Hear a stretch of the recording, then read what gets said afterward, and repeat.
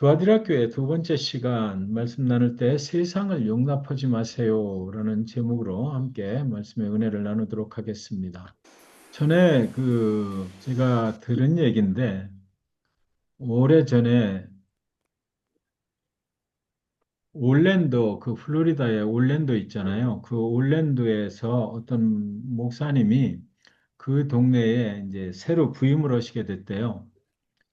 그래서 이제 미리 가서 이렇게 주일 전에 그 마을에 가서 이렇게 이제 정착을 하셔야 되니까 이사를 다 하시고 그 동네에 그 한인 마켓에 가셨답니다. 가서 쇼핑도 하시고 그러면서 어, 쇼핑 체크아웃을 하면서 물어본 거예요. 어느 교회가 이곳에서는 가장 그래도 좋은 교회고 갈 만한 그런 교회인가요? 라고 이렇게 물어보니까 그 쇼핑 체크아웃을 하시는 그 여자분께서 뭐라고 말씀하시냐면, 그런 교회들이 몇 군데가 있는데 여기는 그 중에서 진짜 다 좋은 교회들이에요. 그러나 여기 새로 이사 오셨으면 절대 그 교회는 가시면 안 됩니다. 이렇게 말을 하는데 그 교회가 바로 자기가 부임하는 교회들합니다. 그러니까 얼마나 충격이 됐겠어요. 그래서 자기가 그 교회 목사로 왔다 소리도 못하고 그 왜 그래요? 그랬더니 그 교회는 뭐 하나님 믿는 것 같지도 않고 사람들이 뭐 그냥 모여서 자기들끼리 뭐 술도 마시고 그냥 뭐 속으로 모임한다고 이상한 짓들도 하고 그 교회는 절대 가시면 안 됩니다. 뭐 이렇게 얘기를 하더라는 거죠. 그래서 이분이 참 굉장히 실망 가운데 이제 첫 번째 주일을 맡게 됐어요. 근데 그 교회가 자체 건물도 있는 교회인 거예요. 그래서 보니까 교회 앞에 이렇게 교회 간판을 이렇게 걸어놓은 거죠. 무슨 교회 이렇게. 그래서 이분이 주일 전에 토요일 날 가서 아침에 가서 그 간판 중에 맨 밑에 교회라고 하는 그 부분을 이렇게 톱으로 잘라내 버린 겁니다. 그래 놓고 나니까 주일날 아침에 이제 성도님들이 올 거 아니에요. 새 목사님도 오셨고 그러니까 그날따라 이제 성도님들이 많이 오시는 거죠. 그랬는데 들어오면서 다 수근수근 하는 겁니다. 저기 우째 간판이 저렇게 교회자가 잘려져 나갔네. 그러고 다 이제 이상하다. 그러고 이제 들어와서 앉은 거예요. 그 예배가 시작되고 광고 시간에 목사님이 솔직하게 말씀을 하시는 겁니다. 제가 어저께 그 한인 마켓에 갔다가 들은 소리가 있는데 우리 교회는 정말 나쁜 교회라고 소문이 났다. 그러니까 절대로 우리 교회는 가면 안 된다라고 그런 소문이 거기 있더라. 그래서 제가 어저께 톱 가지고 교회 간판에 그 교회라는 그 이름을 제가 떼버렸다, 잘라버렸다, 이렇게 말씀을 하셨다고 그럽니다. 그리고 나서 다시 우리 교회가 정말 교회가 되려면 어떻게 해야 된다라는 것을 설명을 하시는 그런 예배를 그날 드렸다고 그럽니다. 교회가 교회답지 못하면은 이름만 교회이지 교회 일수가 없잖아요. 오늘 보면 2장 20절 같이 한번 봉독하겠습니다. 시작. 그러나 네게 책망할 일이 있노라. 자칭 선지자라 하는 여자 자칭 이세벨을 선지자라 내가 하는 여자 용납하노니 이세벨을 내가 그가 내 용납하니니 종들을 가르쳐 그가 끄어 내 행음하게 종들을 하고 가리켜 끄어 우상의 행음하게 재물을 하고 먹게 우상의 하는도다. 재물을 먹게 하는도다. 두아디라 교회는 사람들이 많이 모였지만 굉장히 혼란에 빠진 교회였구나라는 것을 여기 알 수가 있죠. 그 많은 사람들 중에는 어떤 사람이 있었느냐 그러면 자칭 선지자라 이르는 여자 이세벨의 교훈을 따르는 자들이 거기 많이 있었다라는 거죠. 온전한 성도들이 자꾸만 이 자칭 선지자라는 이세벨의 가르치는 교훈에 빠져들고 교회 내에 예수의 이름이 자꾸만 사라지는 것입니다. 오늘날 많은 교회들도요, 예수의 이름으로 기도하지 않습니다. 저한테도 굉장히 충격이었는데, 많은 교회들이 그냥 기도하고 예수의 이름을 빼먹어 버려요. 그리고 나서 그냥 아멘 하고 말거든요. 그런 교회들이 미국 교회들은 더 많고요. 우리가 교회를 가는 목적이 뭡니까? 예수 이름으로, 예수를 믿어서 예수 이름으로 우리가 구원을 받고 영원한 생명을 얻기 위해서 가는 건데, 그 교회에서 예수를 빼버리고 무엇을 하자는 건지 도대체 알 수가 없는 이런 세상 속에 우리가 살아가고 있다고요. 자칭 선지자라는 여자 이세벨이 두아디라 교회에 들어온 거죠. 자칭 선지자는 누구를 말하는 거예요? 자칭이라고 그랬잖아요. 스스로 선지자라고 하는 사람을 말해요. 목회자가 되려면 목회자로의 부르심을 받은 후에 신학을 공부하고 또 목사로서의 그 안수를 받아야 목회자로의 일을 하게 되는 것입니다. 그런데 이런 그 목회자로의 부르심이 없이 이런 과정이 없이 스스로 나는 목사다. 스스로 나는 뭐 전도사다. 이렇게 하는 사람들도 굉장히 많은 거예요. 스스로 나는 선교사다. 뭐 이런 사람들이 이게 굉장히 많이 있지 않습니까? 오늘날 저와 여러분 주변에도 이런 사람들이 수도 없이 많이 있는 거 여러분도 알고 계시죠? 응. 여기 본문의 이세벨이 바로 당시의 자칭 선지자, 바로 그런 사람이었다라는 것입니다. 자칭 선지자라고 하는 이세벨을 따르는 사람들이 그 교회에 많이 들어오게 됐다라는 거예요. 그렇다면 원래 이세벨은 누구냐? 이걸 알아야 되겠죠. 이세벨은 여러분 한국의 그 조선시대 때 이씨 집안의 세벨이라고 하는 사람이 아니고요. 이세벨은 구약시대 열왕기 상과 하에 나오는 그런 사람입니다. 북이스라엘에 7대 왕이 있었는데 그 사람의 이름이 아합이었어요. 아합 왕은 종교적으로 볼 때는 굉장히 악한 왕이었습니다.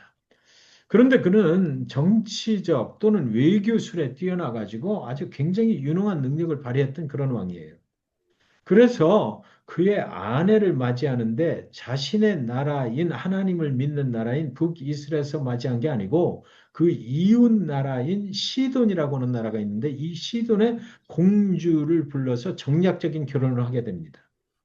이웃 나라 시돈은 당시 지중해 연안에 그 해양 운송업의 주도권을 쥐고 있던 그런 나라였어요. 그러니까 이 시돈과 관계를 맺지 않으면 아무리 좋은 상품을 만들어낸다 해도 다른 나라에 그 운송업을 지고 있으니까 우리가 보낼 수가 무역을 할 수가 없는 것입니다. 그래서 이 아합왕이 북이스라엘 내가 통치하는 이 나라가 잘 살기 위해서는 이 시돈과 관계를 잘 맺으면 되겠다라고 생각해서 그 시돈의 공주를 아내로 맞이하는 정략적인 결혼을 하게 됐던 거죠. 정략적인 결혼을 해서 지중해 그 해양 무역의 유익을 이스라엘도 이제 누릴 수 있게 되었던 것입니다. 이렇게 해서 이스라엘이 무역을 하는데 굉장한 유익을 얻었던 것은 사실이에요. 그런데 그가 모르는 것이 하나 있었다는 거죠. 그 결혼은 하나님이 원하시지 않는 결혼이었다라는 겁니다. 왜냐하면 시도는 이 바알과 아세라상을 섬기는 그런 나라였기 때문입니다. 이세벨이 아합과 결혼해서 북이스라엘로 올 때 혼자만 온 것이 아니고 그가 믿는 우상 바알과 아세라도 함께 들여왔던 것이에요. 가나안 지역의 풍요와 폭풍을 주관하는 남자 신의 이름이 바알이거든요. 그리고 또 여자 신 아세라가 있는데 이 아세라는 풍요와 다산, 자식을 많이 낳게 해주는 그런 신이었다라는 것입니다. 바알을 섬기면 부자가 되고 아세라를 섬기면 많은 후손들을 보게 된다는 것이죠. 결국은 이 북이스라엘의 사마리아에서 북이스라엘의 그 사마리아라는 데가 있잖아요. 그 사마리아의 바알 신전을 결국은 세우게 됐던 것입니다.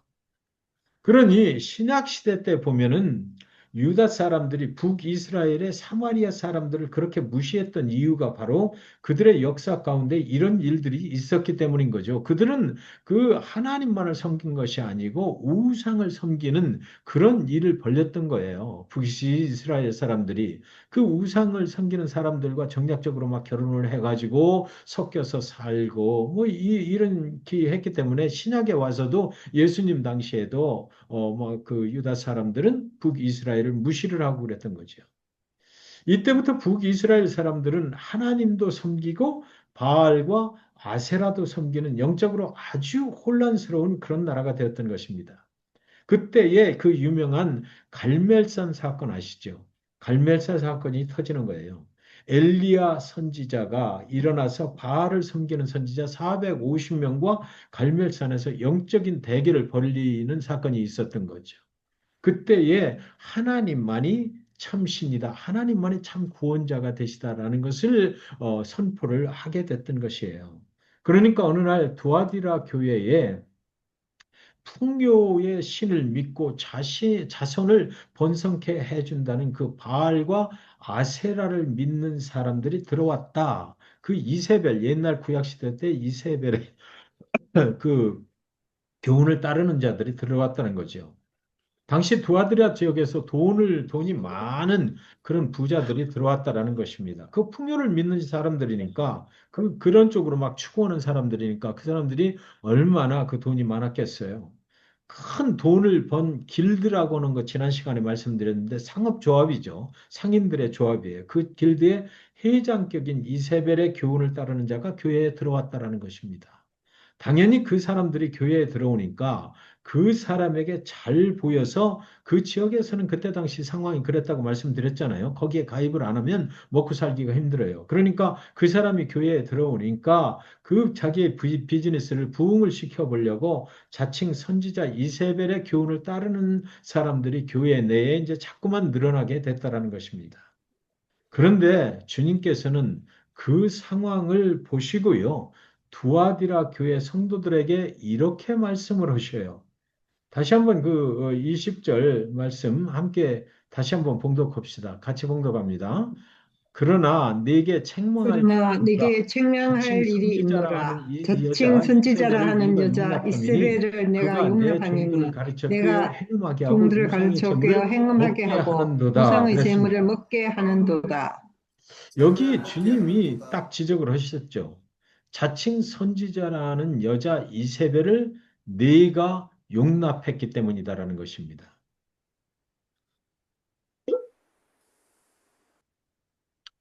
두아디라 교회가 이세벨의 교훈을 따르는 자들을 용납, 즉 받아들여 줬기 때문에 이렇게 됐다라는 거예요.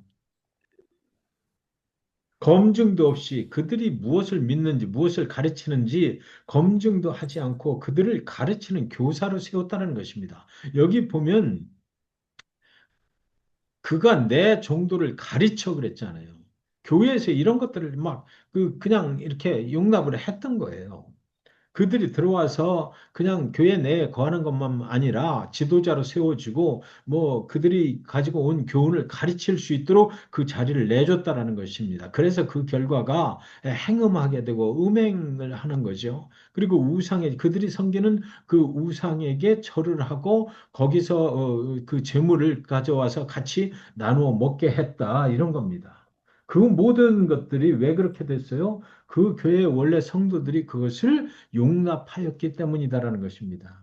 아주 오래전 얘기인데요. 제가 그 미국에 처음 와서 섬기던 교회에 어느 날 그 주일날 예배 시간에 낯선 분이 예배에 참석을 한 거예요. 점잖게 생기신 분이 양복을 딱 입고 오셨더라고요.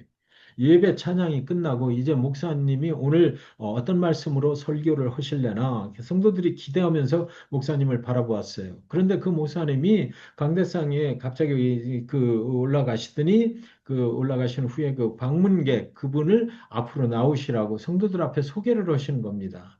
이번에 새로 선출이 되신 이 지역의 세탁협회 회장님이라는 거예요.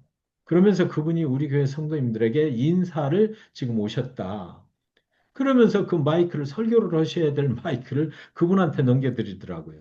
세탁협회 회장이 그 마이크를 받았어요. 문제는 그분은요, 교회를 다니지 않는 분이기 때문에 교회가 무언지 예배가 무언지 그런 거에 대한 상식이 없는 분 같았어요. 그분의 인사말이 한도 끝도 없이 늘어지는 것입니다. 그분은 아마 교회 모임을 세상의 어떤 그 세탁협회 모임 정도로 아셨던 것 같아요. 한없이 길어지는 그분의 말씀으로 그날 예배가 어떻게 됐겠어요? 엉망이 되어버렸던 적이 있었습니다. 그분은 자기 할 말을 오랫동안 다 하고서는 아무 일도 없었다는 듯이 예배는 드리지도 않고 가버리셨어요. 그날 예배가 끝나고 성도님들은 뭐라고 그랬겠습니까? 왜 우리 교회 목사님은 저런 분을 주일 예배 시간에 오라고 해서 예배를 망쳐버리느냐는 그런 비난을 담임 목사님은 피할 수가 없었던 거죠. 목사님께서 그렇게 말해요. 초청한 것도 아닌데 예배 전에 갑자기 오셔서 잠깐만 시간을 내달라고 해서 금방 끝날 줄 알았는데, 와, 진짜 그렇게 오랫동안 그렇게 말씀을 하실 줄 몰랐어요. 라고 해명은 하셨지만, 목사님에 대한 신뢰도가 그동안 100%였었는데, 그날 인류에서 10%로 추락하고 말았던 겁니다. 왜 두아디라 교회 성도들은 이세벨의 교훈을 따르는 자들을 교회로 받아들이고 그들이 믿는 이세벨의 교훈인 바알과 아세라에 대해서 가르칠 수 있도록 용납을 했을까? 이게 문제죠. 두아디라 교회의 성도들이 그들을 용납한 이유가 있습니까? 무엇일까요? 왜 그랬을까요? 있지요. 그렇게 하지 아니하면 두아디라 지역에서 살기가 어려우니까요. 그렇게 적당히 세상과 타협하지 않으면 두아디라 지역에서 살아남기가 힘드니까요. 그들이 잘못된 줄은 알지만 그들을 따라가지 아니하면 두아디라 지역에서 비즈니스를 할 수가 없으니까요. 그렇게 하지 않으면 내 가족의 생계가 어려워지니까요. 그렇게 하지 않으면 교회에 사람들이 많이 모이질 않을 것 같으니까 그렇게 해서라도 사람을 모으자라고 하지 않았을까요? 그렇게 용납을 한 겁니다. 그런 사람들을 교회에서 가르치는 사람으로 세워주지 않으면 사람들이 오지 아니하니까 용납을 한 거예요. 그런 사람 한둘만 들어오면 쫙 사람들이 그를 따르는 사람들이 막 따라 들어오니까요. 세상 사람들은요, 그런 교회를 좋아하고 그런 입장들을, 상황들을 이해를 합니다. 이세벨을 따르는 수많은 사람들은 그런 교회를 너무나 좋아할 거 아닙니까? 오늘날 그런 목회를 하는 사람도 있고, 그런 교회 지도자들도 많이 있어요. 사람만 많이 모으면 되는 줄 알고 세상 문화를 교회에 도입을 하는 많은 교회들이 있단 말입니다. 세상은 그 모든 것들을 다 이해를 해요. 그렇게 하면 더 좋지라고 말합니다. 그러나 사랑하는 성도 여러분, 세상은요, 그것을 좋아하고 이해하지만, 그러나 우리가 분명히 알아야 되는 것은 뭡니까? 우리 주님은 그것을 이해하려 하지 아니하신다라는 것입니다. 왜냐하면 그것은 여기 본문에 있는 것처럼 영적인 간음 행위이기 때문이에요. 행음하게 됐다라고 그러잖아요. 예수를 당신의 생명의 구원자라고 믿는 사람들에게 절대로 그런 일이 일어나서는 안 되는 것이기 때문이다라는 거죠. 여러분, 우리가 예수를 처음 믿을 때 무엇을 했나요? 예수를 믿을 때 가장 중요한 것은 나는 죽을 수밖에 없는 죄인이었다는 것을 인정하는 회개의 고백입니다. 그 고백이 있어야 그 예수께서 나를 살리시기 위해서 십자가의 생명을 내어주신 것을 감사하면서 예수를 나의 구원자로 받아들일 수가 있거든요. 그 믿음의 고백이 없이, 그 회개의 고백이 없이는 예수를 나의 구원자라고 믿을 수가 없단 말이에요. 그래야 그분께서 나의 모든 죄를 용서하시기 위해서 십자가에 그 생명을 주시기까지 나를 사랑하셨다라는 것을 깨닫게 되고 그것을 예수를 나의 구원자로 받아들일 수가 있게 되는 거죠. 그러나 이세벨의 교훈을 따르는 사람들은 오늘 본문에 보니까 회개하지 않았다 그럽니다. 21절 말씀 같이 읽겠습니다. 시작. 또 내가 그에게 회개할 또 기회를 내가 주었으니 그에게 회개할 기회를 자기의 음행을 주었으되 회개하고자 자기의 하지 엄행을 아니하는도다 회개하고자 그랬습니다. 하지 아니하는도다. 네. 그들에게요, 주님은 이미 회개할 수많은 그런 기회들을 주셨어요. 그리고 기다리셨어요. 주님께로 돌아올 수 있는 기회입니다. 여러분, 교회 내에 두 그룹이 존재를 합니다. 회개하고 예수를 나의 구원자로 믿은 자들이 있고, 아직도 회개하지 않고 예수를 믿지 않는 자들이 있어요. 어쩌면 이 아직도 회개하지 않고 예수를 믿지 않는 자들은 회개한 듯, 예수를 믿는 듯 그렇게 보일 수도 있습니다. 그러나 진실로 회개하지 아니하고는 예수를 믿을 방법이 없는 거예요. 내가 죄인이 죽을 수밖에 없는 죄인이었다라는 것을 믿어야만 예수를 믿을 수가 있어요. 주님은 그들에게 이제 정말 회개를 하고 다시 정말 주님께로 돌아올 수 있는 기회를 주었어요. 그러나 그들은 회개하지 않았다는 겁니다. 예수를 믿는 자들이 아니라는 거지요. 주님은 회개하고 돌아올 기회를 주시고 오랫동안 우리를 기다리시잖아요. 그러나 그들은 회개하지 않았다. 결국까지도 회개하지 않았다라는 것입니다. 여러분, 인생에는 수많은 기회들이 옵니다. 성공할 절호의 기회도 오고, 그러나 회개할 기회도 옵니다. 그러나 세상적으로 성공할 기회보다 더 중요한 것은요, 주님 앞에 회개할 기회를 잡는 거예요. 아무리 성공을 해도 회개하지 못한 영혼은 지옥에 가고 말 것 아닙니까? 그 인생의 결론이 지옥으로 가는데 이 세상에서 좀 잘 살면 뭐 하겠어요? 하나님은 우리에게 예수를 믿고 나의 원 죄를 죽을 수밖에 없는 그 죄, 지옥에 갈 수밖에 없는 그 죄를 회개할 수 있는 기회를 우리 모두에게 주십니다. 우리에게는 하나님을 배반하고 떠났다가 돌아와서 회개할 그런 기회도 또 주셔요. 하나님의 말씀대로 살지 못했을 때 또 회개할 그런 기회도 주십니다. 왜 이렇게 많은 회개할 기회를 우리에게 주시는 것일까요? 하나님이 끝까지 우리를 사랑하시기 때문이지요. 계속해서 하나님 안에 있기를 원하시기 때문이에요. 두아디라 교회에 이세벨이 들어와서 하나님은 간대없고 세상만 보이고 돈만 보이고 세상에서 돈 많고 큰 사업을 하는 높은 자리에 있는 사람들이 교회를 장악하고 사람들이 그들을 따라다니고 영적인 교회가 아니라 이것은 완전히 세상 길드인지 교회인지 분간이 안 되는 것입니다. 그때 그들에게 회개할 기회를 주셨어요. 그러나 그 이세벨을 따르는 사람들은 회개하지 않았던 것입니다. 세상이 좋아서 계속해서 세상의 이세벨의 교훈을 따라 나가는 성도들이 날이 갈수록 늘어만 갔던 것이지요. 여러분, 지옥은 누가 가는지 아세요? 지옥은 회개하지 않은 자가 가는 곳이 지옥입니다. 천국은 누가 갑니까? 천국은 죄 없는 자가 가는 것이 아니라 회개한 자가 가는 곳이 바로 천국인 것이에요. 두아디라 교회는 이세벨이 장악하고 있기 때문에 그들은 교회인지 세상인지 분별을 할 수가 없었던 것입니다. 교회 안에 하나님의 말씀을 들으려 하는 것이 아니라 이세벨의 말씀을 듣고 따르는 사람들이 늘어만 갔던 것이죠. 여러분, 이것이 교회인가요? 교회의 간판만 교회이지, 아까 서두에 말씀드렸던 그 올랜도의 어떤 그 교회처럼 교회 간판을 차라리 떼어버려야 하는 것 아니겠느냐고요. 22절, 23절에 보시면 같이 읽습니다. 시작.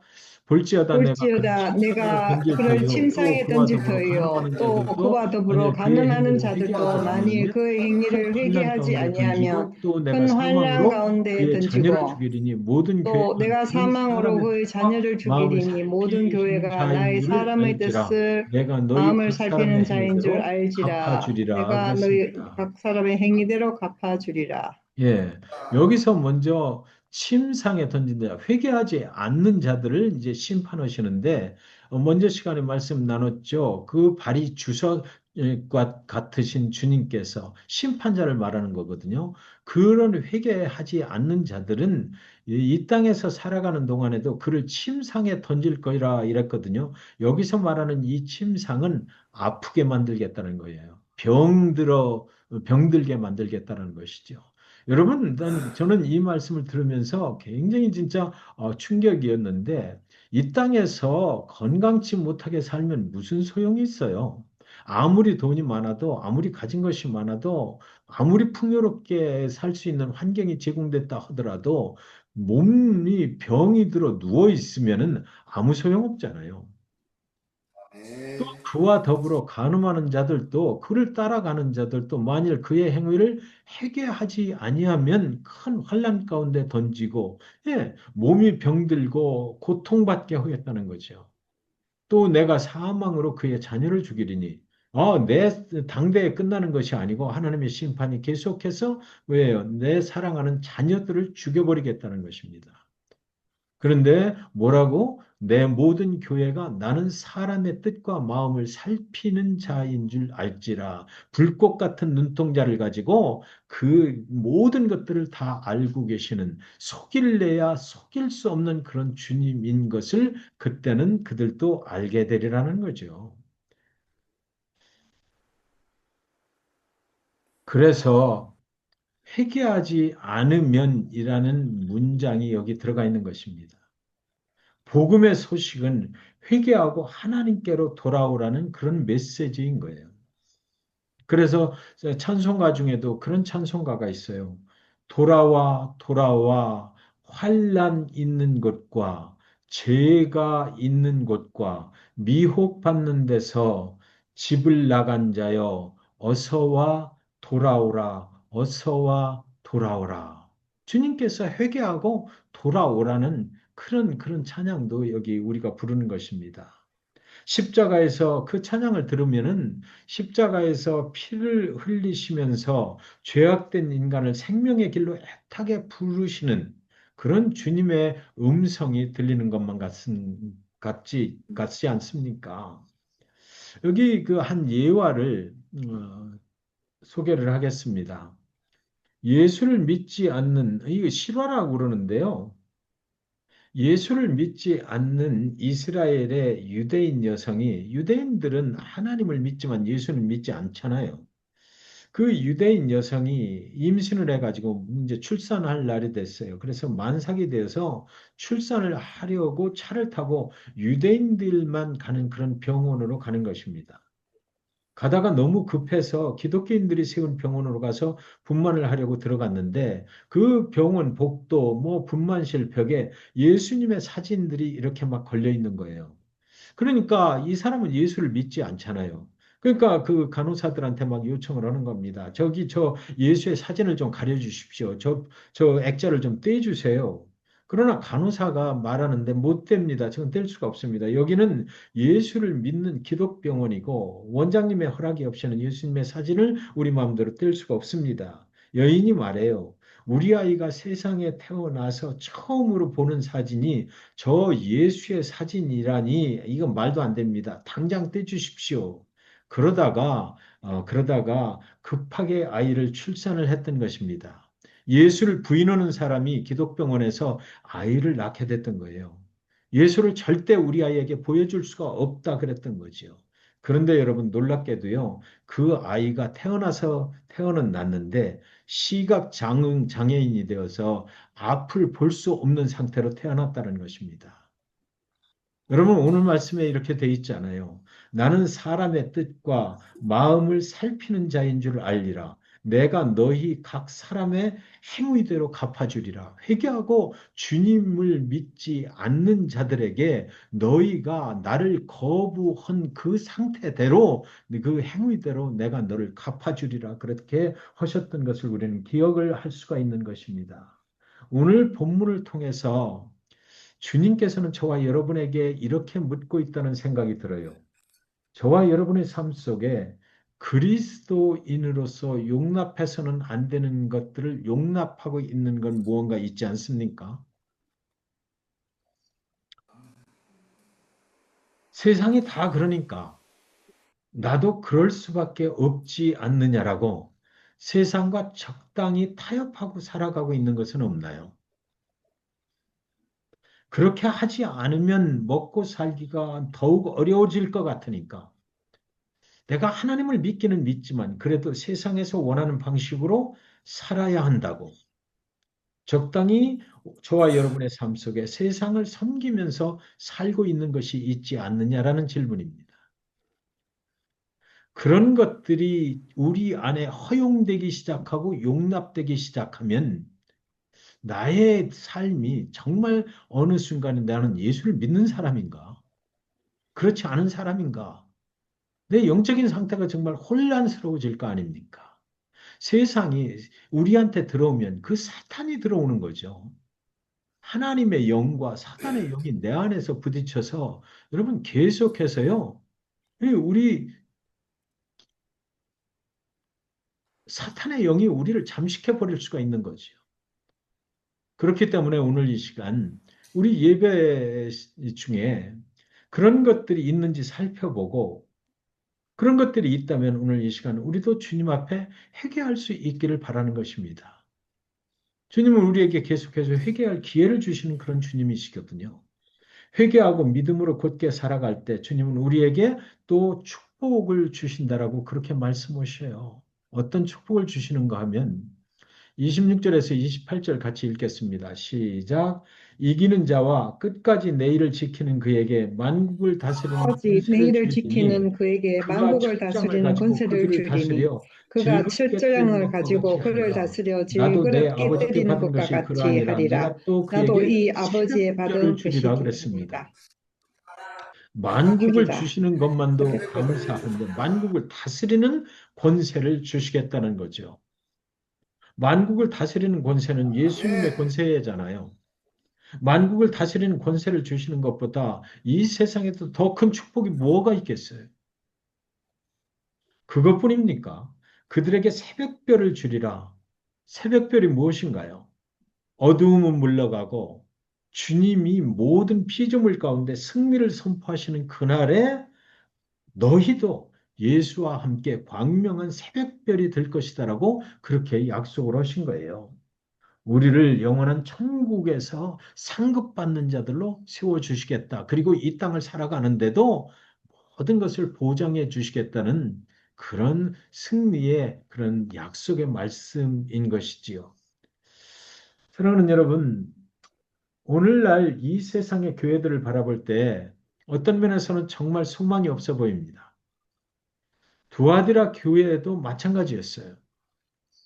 그러나 세상과 타협한 교회와 사람들은 주님께서 알아서 심판하실 것입니다. 오늘 이 전체 말씀을 보면 그렇잖아요, 지금. 주님께서 그들은 내가 심판할 것이다. 끝까지 회개하지 않는 자들이니까 내가 알아서 심판한다라고 아까 말씀하셨고, 그런데 우리에게 하시는 말씀은 지금 그 성경 가지고 계시면 24장 말씀 한번 봤으면 좋겠어요. 지금 파워포인트에는 없는데 2장 24절. 거기 한번 함께 봉독하겠습니다. 시작. 두아디라에 남아 아비라에 있어 남아 이 있어 이 교훈을 교훈을 받지 받지 아니하고 아니하고 소위 소위 사탄의 사탄의 깊은 깊은 것을 것을 알지 알지 못하는 못하는 너희에게 너희들에게 말하노니 말하노니 다른 짐으로 다른 너희에게 짐으로 지울 것은 너희에게 지울 없노라 것은 그러셨거든요. 없노라. 여기 보면 두아디라 교회에서 이 사람들이 용납은 했지만 그 사람들이 들어오는 것을 용납은 했지만 사단의 깊은 것을 알지 못하는 너희에게 말하는 이거 저한테는 굉장히 위로가 되더라고요. 우리가 그 순수한 믿음을 갖고 있으면 이렇게 우리가 용납을 했을 때 결국 어떻게 될 것인가 잘 몰라요. 당시 그냥 사람 오는 것만 좋아하고 하나님이 이것도 기뻐하시겠지. 저 사람들이 먼저 들어왔다가 나중에 회개하고 예수를 믿게 되겠지. 이런 생각만 가지고 있잖아요. 그러니까 이렇게 사탄의 깊은 것을 알지 못하는 사탄을 경험한 영적 경험이 없는 자들은 이거 모르거든요. 그래서 그렇게 용납할 수밖에 없었던 그런 사람들, 그런 사람들에게 하시는 말씀이 뭐냐면 다른 짐으로 너희에게 지울 것은 없노라. 짐을 지우지 않겠다는 것입니다. 그 책임을 묻지 않겠다라는 것이에요.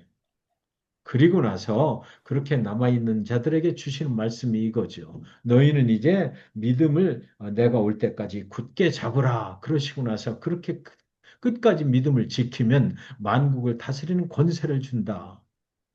그리고 내가 받은 그 새벽별을 너희에게도 주리라 이렇게 말씀하시는 것입니다. 우리는 우리의 믿음을 지키면 된다라는 것이에요. 어떤 상황 가운데서도 이제 나의 믿음을 잘 지키면 된다. 그 짐을 주지 않겠다. 여러분 이런 생각하지 마셔요. 내가 뭔가를 잘 해야만 된다. 구원은 행위로 얻는 게 아니거든. 믿음으로 얻는 거지. 은혜로 얻는 거지. 그러니까 내가 막 이제 주님이 우리한테 짐을 주시지 않겠다고 하잖아요. 막 행위를 통해서 뭔가를 해가지고 구원을 얻으려고 하는 것이 아니고 믿음을 이미 받은 믿음을 잘 지키면 된다는 것입니다.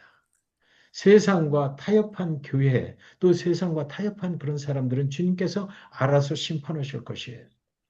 우리는 우리의 믿음만 그냥 지키면 된다는 거죠. 잘못된 교회나 그 사람들 때문에 우리가 힘들어하거나 우리의 믿음의 에너지를 낭비하지 말자라는 것입니다. 그런 교회들과 그런 사람들을 회개하지 아니하면 주님께서 주님의 방법으로 내가 너희 각 사람의 행위대로 갚아주리라 라고 말씀하신 것처럼 심판을 할 겁니다. 다만 우리가 주목해야 할 것은 우리 안에 이제부터 그런 세상 문화를 용납하지 않는다는 것입니다. 어쩔 수 없다고 말하지 말아야 합니다. 그리고 끝까지 믿음을 지켜서 새벽별이 되시는 주님의 능력으로 이 어두운 세상에 예수의 그 사랑의 빛을 비추일 수 있는 저와 여러분 다 되실 수 있기를 주님의 이름으로 간절히 축원드리는 것입니다.